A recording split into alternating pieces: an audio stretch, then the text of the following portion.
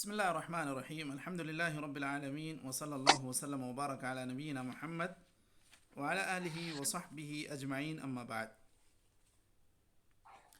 ہم لوگ منار السبیل فی شرح الدلیل للشیخ ابراہیم بن محمد بن ضویان رحمہ اللہ، اس کتاب میں ہم لوگ کتاب الطہارہ پڑھ رہے تھے، اور کتاب الطہارہ میں جو بحث ہم لوگ مکمل کر چکے ہیں تقریباً، وہ ہے ماء نجس کی بحث. اب جو آخری مسئلہ ہے اس کے اندر، وہ ان شک فی کثرتہ فہو نجس.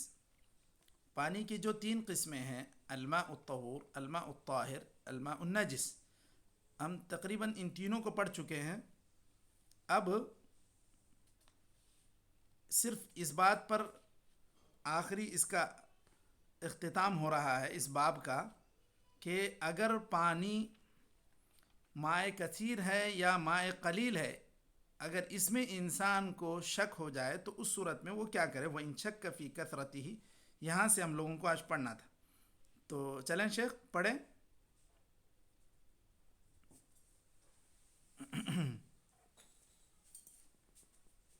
بسم الله الرحمن الرحيم. وإن شك في كثرته فهو نجس وإن تھوڑا آواز بلند کر لیں گے اشتبه شیخ جی. إن شاء الله. وإن شك في كثرته فهو نجس وإن اشتبه ما تجوز به الطهارة بما لا تجوز به الطهارة لم يتحرى ويتيمم بلا إراقة، لأنه اشتبه المباح بالمحظور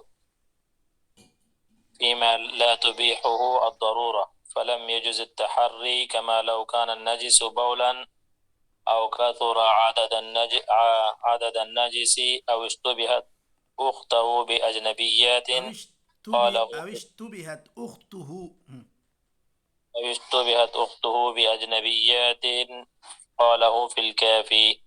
ويلزم من علم بنجاسة شيء إعلام من أراد أن يستعمله لحديث الدين والنصيحة. چلیے اس کے بعد کا بھی پڑھ لیں. باب الآنیہ. باب الآنية.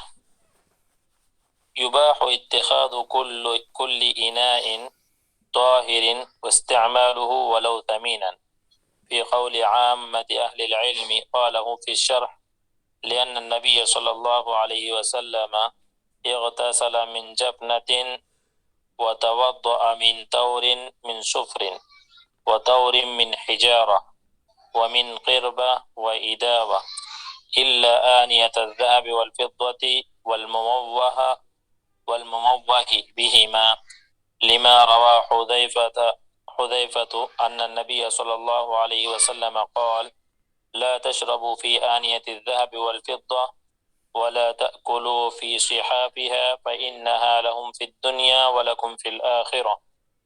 وقال: الذي يشرب في آنية الذهب والفضة إنما يجرجر في بطنه نار جهنم.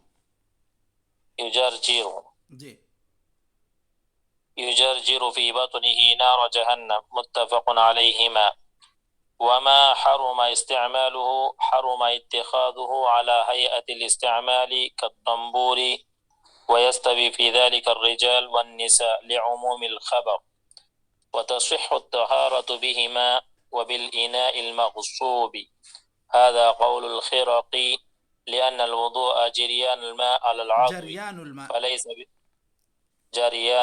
على العضو فليس بمعصية، إنما المعصية استعمال الإناء. ويباح إناء ضبب بضبة يسيرة من الفضة لغير زينة، لما روى صحیح جی.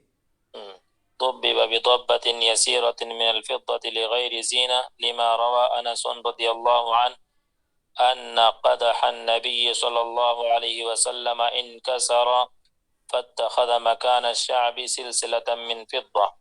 رواه البخاري. يكفي شيخ؟ چلیے ٹھیک ہے، دیکھ لیتے ہیں یہاں تک. اگر ہو گیا تو ٹھیک ہے انشاءاللہ. چلیے بسم اللہ الرحمن الرحیم الحمد للہ رب العالمین وصلی اللہ وسلم وبارک علی نبینا محمد وعلی آلہ وصحبہ اجمعین اما بعد. ہم لوگ منار السبیل فی شرح الدلیل شیخ ابراہیم بن محمد بن سالم بن ضویان ان کی کتاب میں ہم کتاب الطہارہ کے آخری چند سطریں پڑھ رہے ہیں. یہاں الماء النجس کے بعد یہاں مؤلف رحمہ اللہ نے ماتن اس کتاب کے ماتن دلیل الطالب کے مؤلف شیخ مرعی بن یوسف الکرمی کی اس عبارت کی شرح کی ہے وَإِن شَكَّ فِي كَثْرَتِهِ فَهُوَ نَجِسٌ. اب ماء قلیل ہے یا کثیر ہے اس کے اندر انسان کو شک ہو جائے تو اس صورت میں یہی مان لیا جائے گا کہ وہ نجس ہے. کیوں؟ اس لیے کہ قلیل ہونے میں تو شک نہیں ہے. شک کس چیز میں ہے کیا مشائخ؟ کثرت سے ہو، کثرت میں سے جی. انسان کو شک ہے کثیر ہے یا نہیں ہے. کثیر کی تعداد کتنی بتائی تھی ہم لوگوں نے مائع کثیر کی؟ قلتین کی معاصر پیمانے کے اعتبار سے 270 لیٹر جی 270 لیٹر صحیح ہے 270 لیٹر. چلیے تو 270 لیٹر پانی ہے یا نہیں ہے بول کر اگر شک ہوگا تو کیا مان لیا جائے گا؟ نجس مان لیں گے کیونکہ یہ 270 لیٹر ہے یا نہیں ہے اس کا ہم لوگوں کو یقین نہیں ہے. اچھا اس کے بعد ایک اور مسئلہ وَإِنِ اشْتُبِهَ مَا تَجُوزُ بِهِ الطَّهَارَةُ بِمَا لَا تَجُوزُ بِهِ الطَّهَارَةُ لَمْ يَتَحَرَّ وَيَتَيَمَّمَ بِلَا إِرَاقَةٍ. یہاں کہہ رہے ہیں کہ اگر ایسا ہو گیا کہ آپ کے پاس 2 برتن پانی تھا، 2 بکیٹ پانی تھا، ایک بکیٹ کے پاس آپ کو شک ہو گیا کہ کوئی بچہ جو ہے وہاں پہ کھڑے ہو کے پیشاب کر رہا تھا، ہو سکتا ہے اس کے قطرے کچھ اس بکیٹ میں اچھل گئے ہیں. اب لیکن اتنا تو ہے کہ ایک بکیٹ میں شک ہو رہا ہے ایک بکیٹ میں نہیں ہے. اب 2 میں سے کون سی بکیٹ یا کون سی بالٹی جس کا پانی نجس ہونے کا امکان ہے. اب آپ کو شک ہو گیا، اب کیا کریں گے ایسی صورت میں؟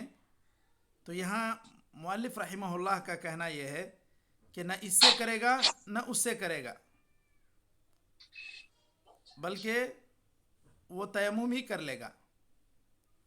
لم یتحرّ کہہ رہے ہیں، تحری کہتے ہیں کوشش کرنا، تلاش کرنے کی، ڈھونڈنے کی کوشش کرنا کہ کون سا ماء طہور ہے، اس بات کو ڈھونڈنے کی کوشش کرنا.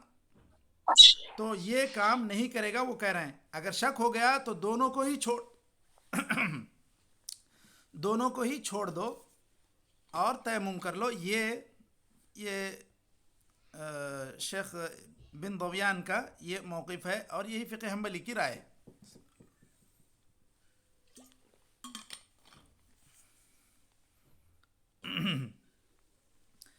وہ ایک لفظ یہاں پر کہہ رہے ہیں بلا اراقتن، یہ جو 2 بکیٹ پانی ہے اس کو بہائے بنا. وہ اس لیے کہہ رہے ہیں بہانے کی بات، وہ بہانے سے اس لیے منع کر رہے ہیں کیونکہ بعض لوگ کہتے ہیں کہ بھائی پانی ہوتے ہوئے کیوں آپ تیمم کر رہے ہیں، تو اگر بہا دیں گے تو یہ کیا ہو جائے گا فاقد الماء. اس طرح بعض لوگوں کا سمجھنا ہے کہ بھائی جو 2 بکیٹ پانی تھا وہ بھی گرا دیں تو آپ کی مثال ایسی ہو گئی کہ آپ فلم تجدوا ماء، تب جا کر آپ ہو جائیں گے کہ آپ عادم الماء ہیں آپ، یا عادم وجود الماء، آپ پانی نہ پانے والے انسان ہیں یا فاقد الماء کہہ لیں. اگر اس کے رہتے ہوئے آپ تیمم کیسے کریں گے؟ تو اس لیے یہ کہہ رہے ہیں کہ ان دونوں پانی کو رکھتے ہوئے آپ تیمم کر لیں. یہ بات ان کا کہنا ہے، یہ ان کا موقف ہے. لیکن اس میں صحیح بات یہی ہے کہ اگر شک ہو جائے تو آدمی تحری کرے. مثال کے طور پر آپ دیکھیں کہ کون سی بکیٹ قریب ہے جہاں پر بچہ پیشاب کیا ہے. اس طرح کوئی نہ کوئی آپ علامت ڈھونڈنے کی کوشش کریں اس میں. اب صرف یہ بات پیشاب ہی کی نہیں ہے، کوئی اور چیز بھی ہو سکتی ہے. تو ایسی صورت میں آدمی کوشش کرے کہ کون سا پانی پاک ہوگا اس کو ڈھونڈنے کی، دونوں میں تفریق کرنے کی کوشش کرے اور اس کے مطابق فیصلہ کرے. یہ تو ہو سکتا ہے کہ کچھ یا تو کلر میں فرق آ جائے یا اس کے اوپر کچھ جیسے اور کوئی چیز گری ہو، تو یہ کوئی تفریق کی کوئی علامت ہو سکتی ہے. آدمی کوشش یہ کرے کہ اس میں کون سا صحیح پانی ہوگا، اس کو ڈھونڈ کر کوشش کر کے اس پانی سے وضو کر کے نماز پڑھے. پانی رہتے ہوئے پانی کو گرا دینا اور یا ہے کہ پانی رکھتے ہوئے دونوں پانی کو چھوڑ کر تیمم کرنا، یہ تو صرف شک کی بنیاد پر ایسا نہیں کیا جا سکتا، کیونکہ اصل یقینی اعتبار سے یہ ہے کہ پانی تو پاک ہے، دونوں ہی پانی پاک ہیں. لیکن آپ کو شک ہو رہا ہے تو آپ اس کے لیے تحری کر سکتے ہیں.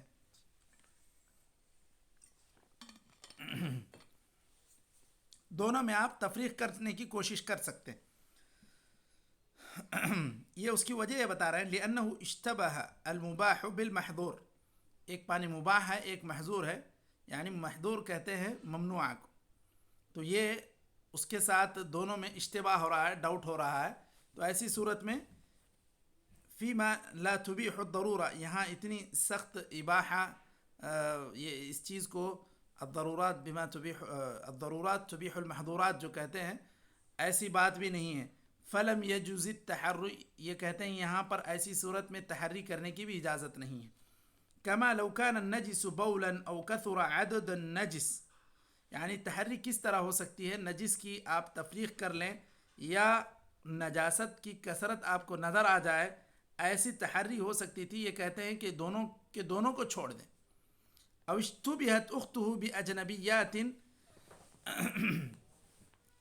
وہ برتن جو یکساں ہوں دونوں ہی، تو اس صورت میں بھی ہو سکتا ہے کہ اب آدمی کو ڈاؤٹ ہو جائے کہ کس میں صاف پانی رکھا تھا، کس میں گندا پانی رکھا تھا، کچھ بھی آپ کو تفریق نہ ہونے پائے. تو ایسی صورت میں یہ کام کرنا چاہیے. یہ بات بتلا رہے ہیں. وَيَلْزَمُ مَنْ عَلِمَ بِنَجَاسَةِ شَيْءٍ إِعْلَامُ مَنْ أَرَادَ أَنْ يَسْتَعْمِلَهُ. یہ کہہ رہے ہیں کہ اگر کوئی انسان کو پتہ ہے، وہ جانتا ہے، پانی کے اندر فرق کر سکتا ہے، یا یہ کہ وہ دیکھ رہا تھا کہ کس پانی کے قریب میں نجاست گر رہی ہے اور گرنے کا امکان ہے، اور وہ جانتا ہے اچھے سے، تو اس انسان کو بتانا چاہیے کہ آپ اس پانی کو استعمال نہ کریں کیونکہ اس کے اندر نجاست گری ہوئی ہے. یہ الدین والنصیحہ کی بنیاد پر یہ ایک ذمہ داری انسان پر عائد ہوتی ہے. وہ کہہ رہے ہیں اسی طرح بالکل جس طرح کہ ایک انسان رمضان کے مہینے میں بھولے سے کوئی چیز کھانے کے لیے آگے بڑھ رہا ہے.